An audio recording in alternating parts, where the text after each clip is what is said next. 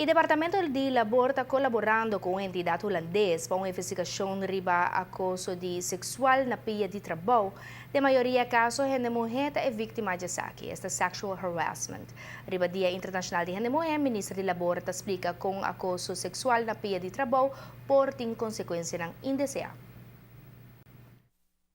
O importante para motivo que se mira é efeito que essa tem para a produtividade, em todo caso, de uma companhia, mas também efeito emocional, psicológico que essa tem para a pessoa que passa dentro aqui, e tem efeito muito grande. Com a investigação aqui, com diferentes dados aqui, vou criar manejo para evitar que isso suceda e também vincular especificamente como proteger damas no mercado laboral, em todo caso, na pia de trabalho.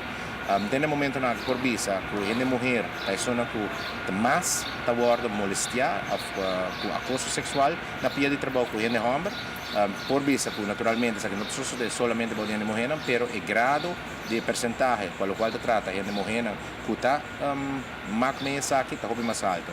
E o efeito para o qual se trata é que tem a pessoa riba su assunto psicológico, riba su emozione, pero também riba su produtividade, riba su ânimo, e efeito aqui está muito grande.